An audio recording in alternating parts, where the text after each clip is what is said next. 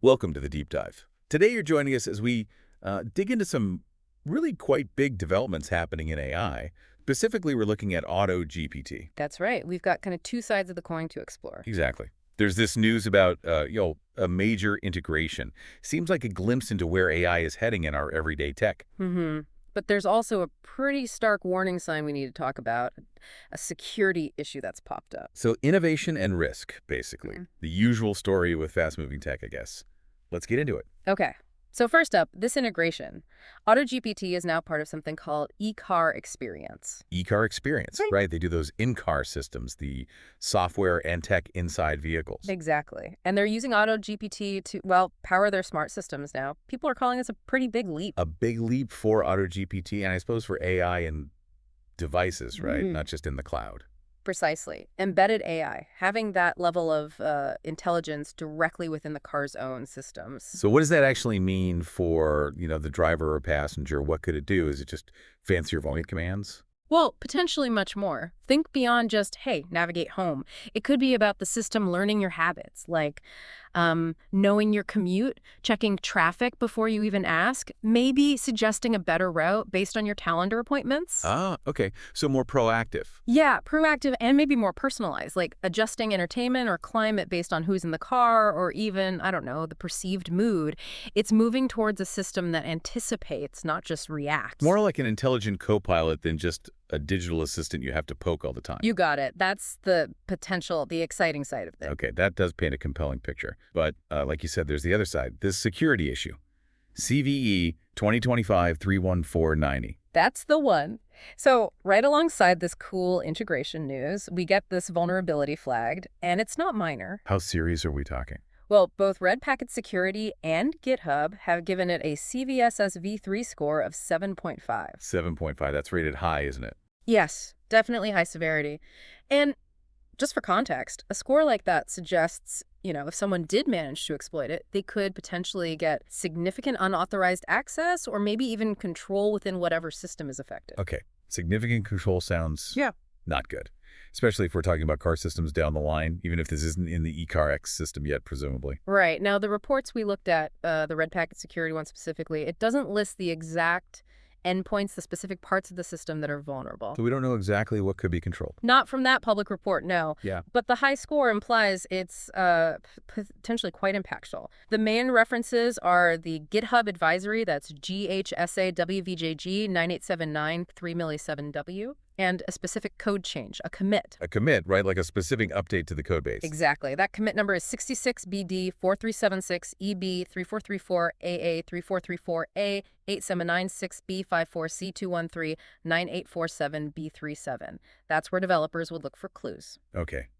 Is there any good news here? Well, Red Packet Security does state the exploit status is currently not exploited. Ah, okay. So nobody's actively using this flaw out in the wild, as far as they know. As far as they know, yes. That's definitely a positive for now. But it still feels a bit incomplete. The reports also mention that neither Red Packet nor the NVD, the National Vulnerability Database, have a recommended action right now, or a NIST assessment. That's correct. The advice currently is basically keep an eye on the vendor documentation for updates. Which means if you're using Auto-GPT, you need to be paying close attention to official updates from the developers. Absolutely. It really highlights how crucial it is to stay vigilant as these AI tools get woven into more things. It makes you think about Auto-GPT's development overall. I mean, software gets updated constantly, right? And fixes often come with new versions. Is there any link to, say, the recent v0.6.6 release? Well, the sources we had didn't explicitly connect this specific CVE, the 3.491, to v0.6.6, but your point about updates is spot on. Okay. We do know, for example, from a CISA summary about a different vulnerability, CVE 2025-31494, that one was fixed back in version 0.6.1. Oh, okay. So it shows there's an ongoing process, right? Finding flaws, fixing them, releasing updates. Exactly. Auto-GPT is constantly evolving. It's designed as this platform for autonomous AI agents, things that can automate really complex jobs. And part of that evolution is naturally finding and patching security holes as they're discovered. It really is this tightrope walk, isn't it? We're building these incredibly powerful tools, integrating them into cars, into everything, promising amazing things.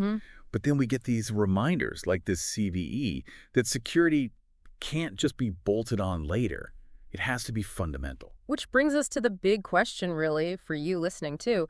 Is this the future? Putting AI like Auto-GPT into embedded systems, into our cars, our homes. The potential seems huge, Yeah. that smart, intuitive experience you described. It is appealing, but are we maybe moving a bit too fast? Are we potentially opening doors to significant risks like this CVE 2025-31490 vulnerability kind of hints The at? speed of development versus Hmm. the thoroughness of the security testing and vetting, are they Mhm. keeping pace? That's the critical balance. We need that rapid innovation, sure, but we also need an equally rapid, equally rigorous focus on making sure it's secure and, well, responsible. It has to be baked in, not sprinkled on top afterwards. Absolutely. Otherwise, the potential benefits could be completely overshadowed by the risks. Okay, so summing up then, we've got this really exciting potential shown by Auto-GPT heading into cars via ECARXperience, a future of smarter, more helpful vehicles. A big step, potentially transformative. But at the same time, a critical warning flare with CVE 2025-31490,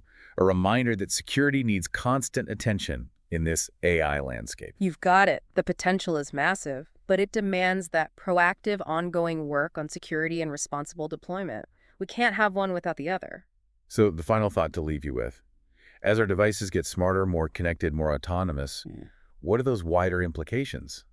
Ethically, practically, and maybe more importantly, how do we make sure this path leads to a future that's not just technologically advanced, but also secure and genuinely better for all of us? Lots to think about there. Indeed. Thanks for taking this deep dive with us today.